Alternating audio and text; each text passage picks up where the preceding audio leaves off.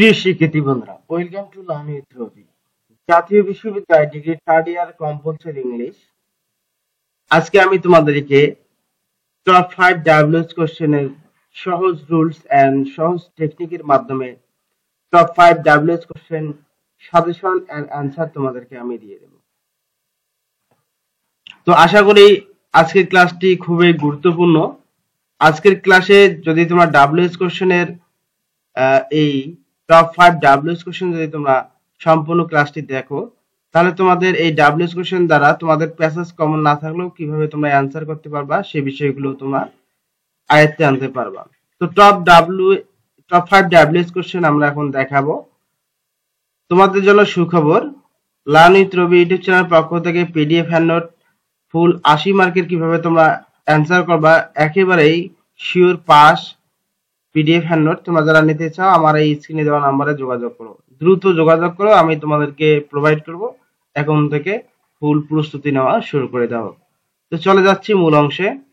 তোমরা যারা নতুন অবশ্যই চ্যানেলটিকে সাবস্ক্রাইব করে দিও, ঠিক আছে?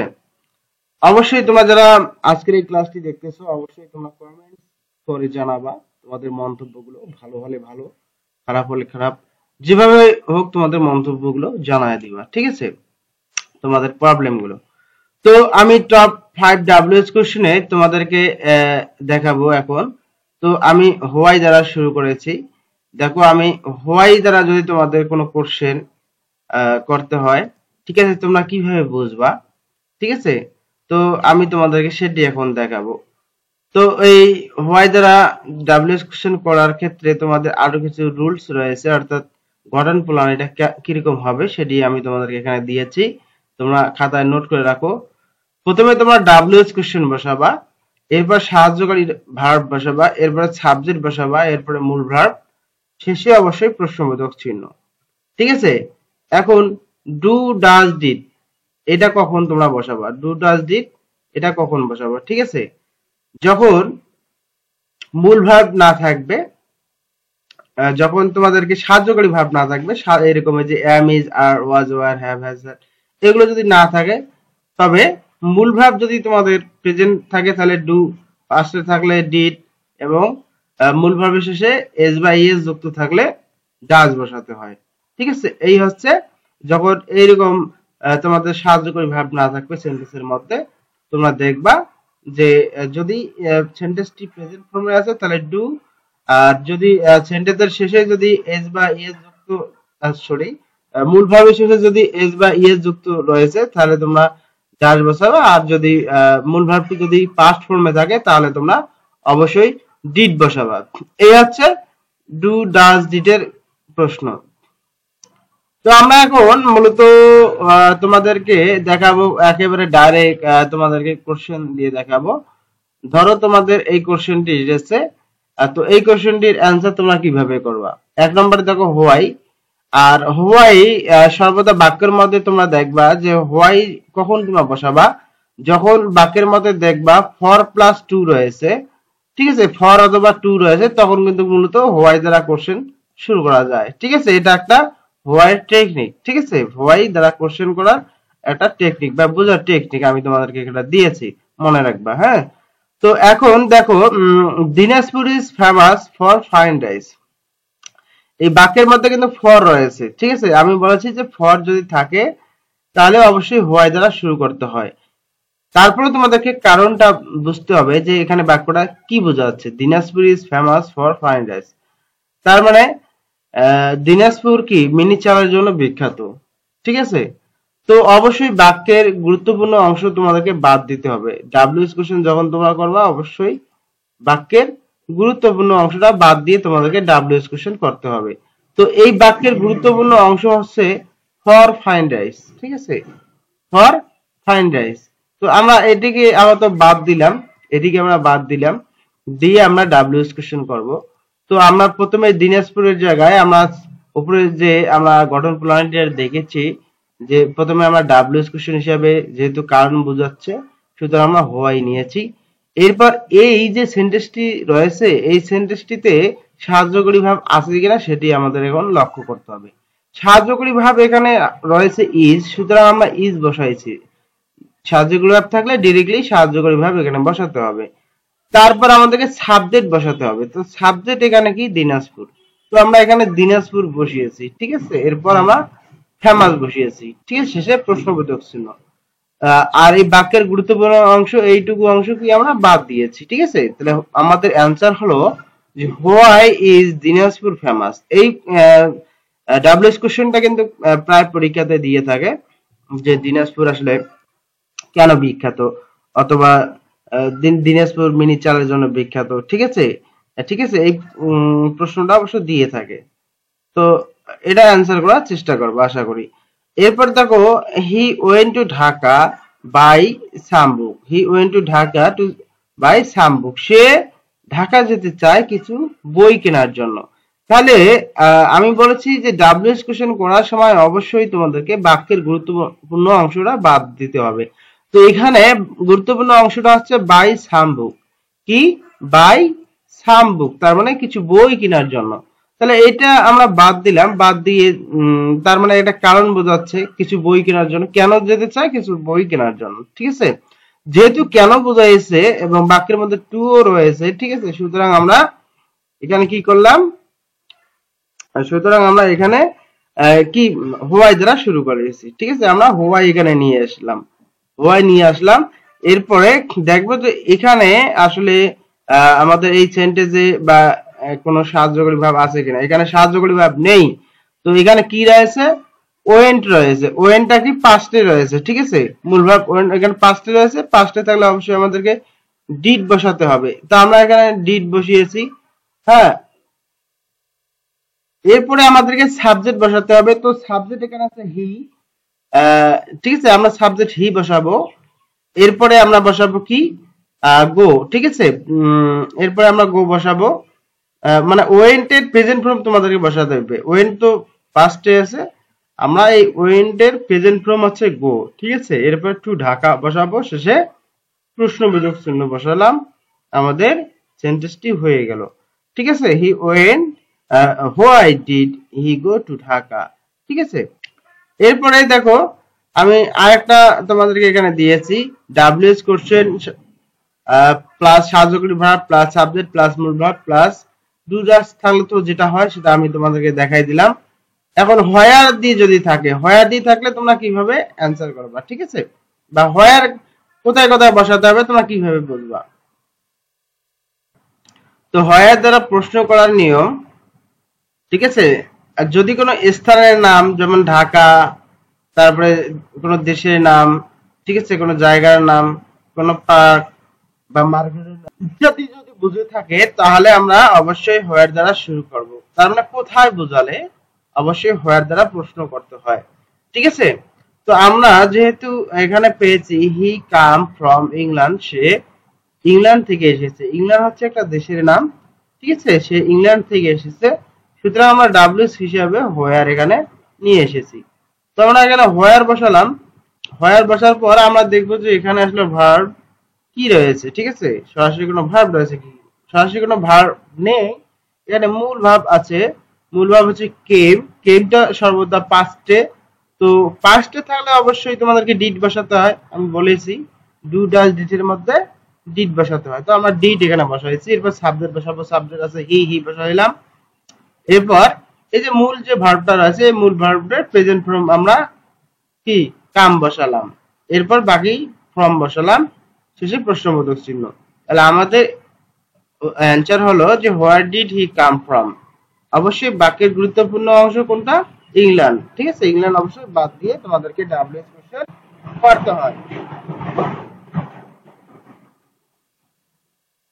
এরপরে দেখো, I found him in Bangla Bazar. I found him in Bangla Bazar, ঠিক আছে। তো এখানে তোমাদেরকে একটা বাজারের নাম দেখাচ্ছে, ঠিক আছে। বাজারের নাম দেখালে একটা স্থান বা জায়গা বোঝায়। তো অবশ্যই তোমাদেরকে ডাব্লিউএস করার সময় হোয়ার দ্বারা শুরু করতে হয়। তো সিস্টেমেটিক আমরা এখানে হোয়ার নিয়ে আসলাম। হোয়ার এর পর দেখবো যে এখন আমরা ভার্ব খুঁজবো, যে এই সেন্টেন্সে ফাউন্ড রয়েছে। ফাউন্ড ভার্ব হচ্ছে মূল ভার্ব, তো এখানে সাহায্যকারী ভার্ব নেই, কিন্তু মূল ভার্ব রয়েছে ফাউন্ড। ফাউন্ড এটা হচ্ছে ভার্ব, এটা হচ্ছে কি পাস্টে। তো ডিড ডু ডাজ ডিড এর মধ্যে আমরা ডিড বসালাম, যেহেতু পাস্টে রয়েছে ডিড বসালাম। এরপর সাবজেক্ট বসাতে হবে। সাবজেক্ট যদি আই থাকে তোমাদেরকে ডাব্লিউএস করার সময় আই কে কনভার্ট করে তোমাদেরকে ইউ বসাতে হবে। এটা হচ্ছে পজিটিভ ফর্ম, ঠিক আছে? আই কে সবসময় পরিবর্তন করতে হয়। আই থাকলে ইউ হয়, ইউ থাকলে আই হয়, ঠিক আছে? হোয়ার ডিড ইউ, এই যে ফাউন্ড রয়েছে, ফাউন্ড এর প্রেজেন্ট ফর্ম হচ্ছে ফাইন, ঠিক আছে? তারপরে হিম বসাবো। তাহলে আমাদের অ্যান্সার হলো where did you find him, শেষে প্রশ্নবোধক চিহ্ন আমরা বসিয়ে দিয়েছি।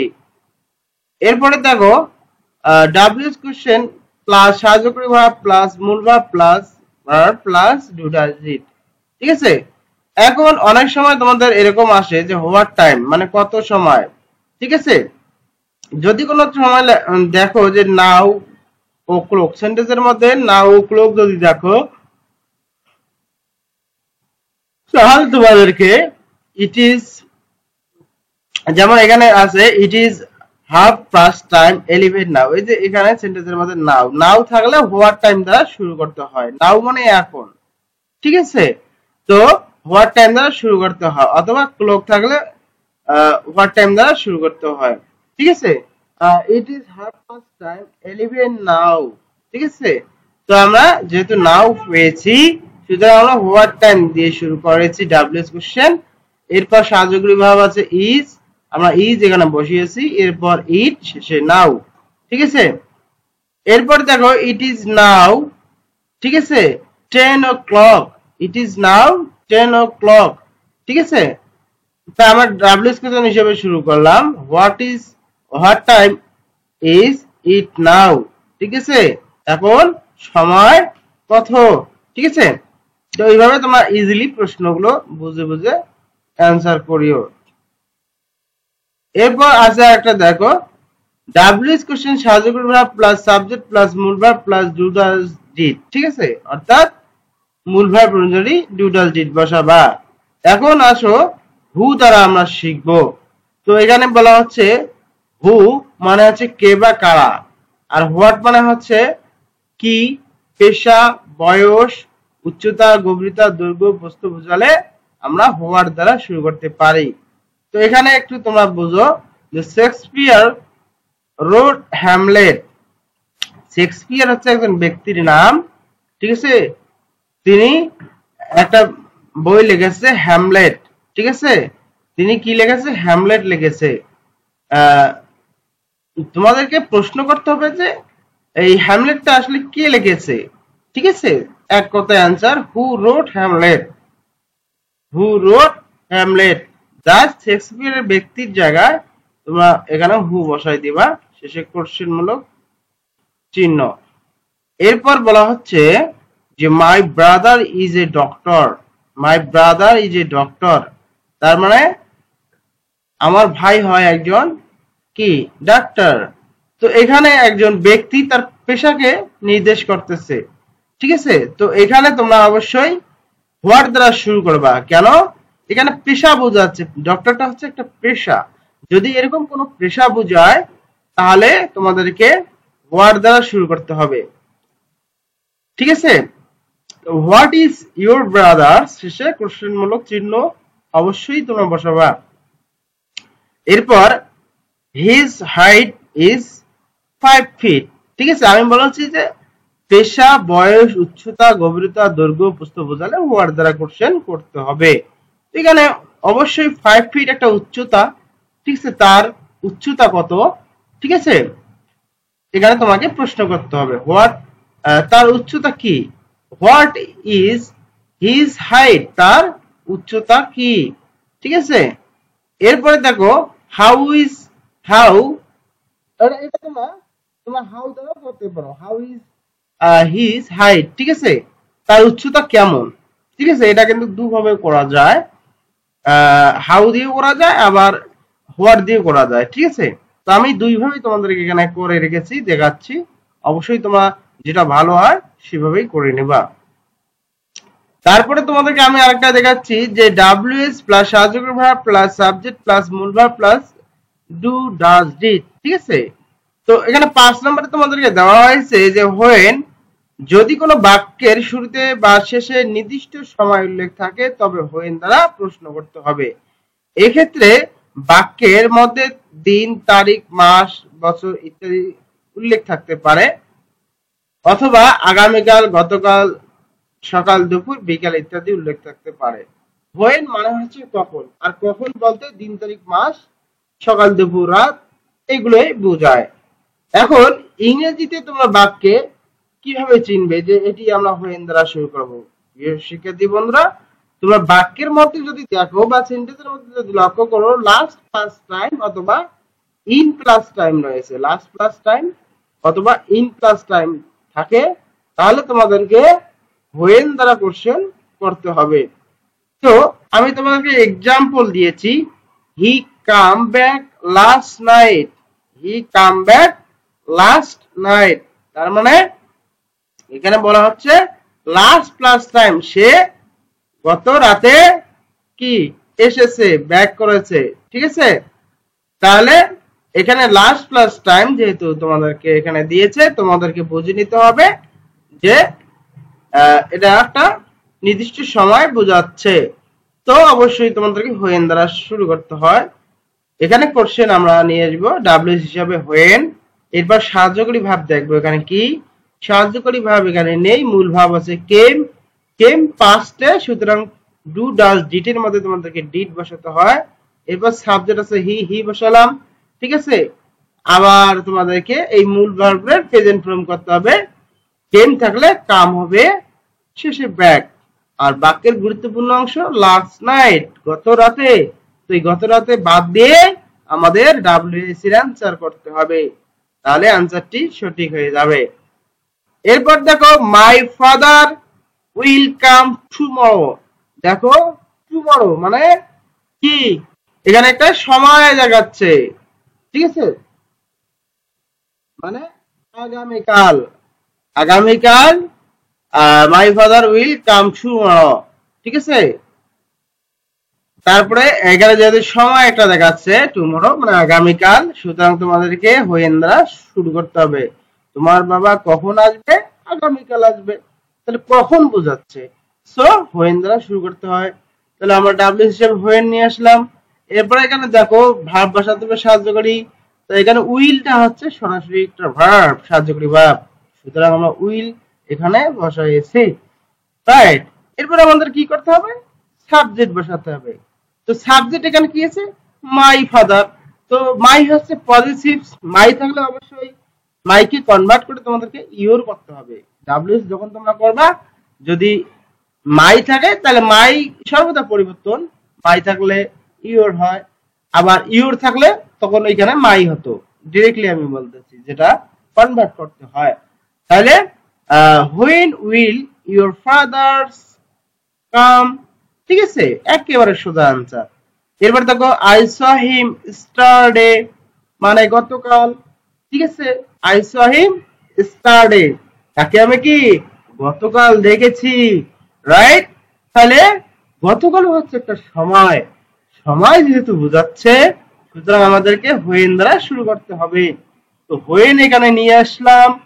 এরপরে আমরা সাহায্যকারী ভাব দেখবো, এখানে নাই, সাহায্যকারী ভাব নাই, তো কি ভাব আছে, মূল ভাব। মূল ভাবটা কি স, স কিসে রয়েছে, পাস্টে, স ভাবটা হচ্ছে পাস্ট ফর্ম, সুতরাং আমাদেরকে ডু ডাজ ডিড এর মধ্যে বেছে নিতে হবে ডিড, রাইট।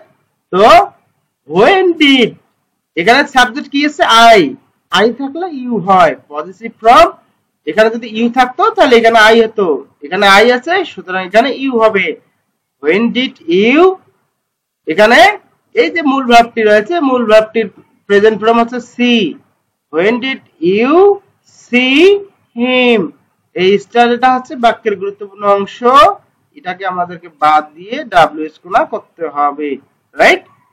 ওকে, তো এই হচ্ছে বিষয়, এগুলো আমি তোমাদেরকে দেখিয়ে দিলাম মোটামুটি 5টি, ঠিক আছে। আশা করি এগুলো তোমরা রিহার্সেল করো।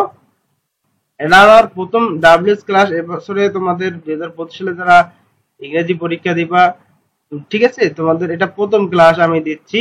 আশা করি গ্রামারের ওপর এটা স্ক্রিন ক্লাস দিচ্ছি, এরপর আমি ব্ল্যাকবোর্ডে এই সেম ক্লাসটি আমি ব্ল্যাকবোর্ডেও তোমাদেরকে দেখাবো, ঠিক আছে? আমি প্রথমে যে ক্লাসগুলো স্ক্রিনে দেখাবো ওই ক্লাসগুলো তোমাদেরকে ব্ল্যাকবোর্ডে ফেস টু ফেস বোঝানোর চেষ্টা করব, যাতে করে তোমরা ক্লিয়ার করে অ্যান্সার করে আসতে পারো, ঠিক আছে?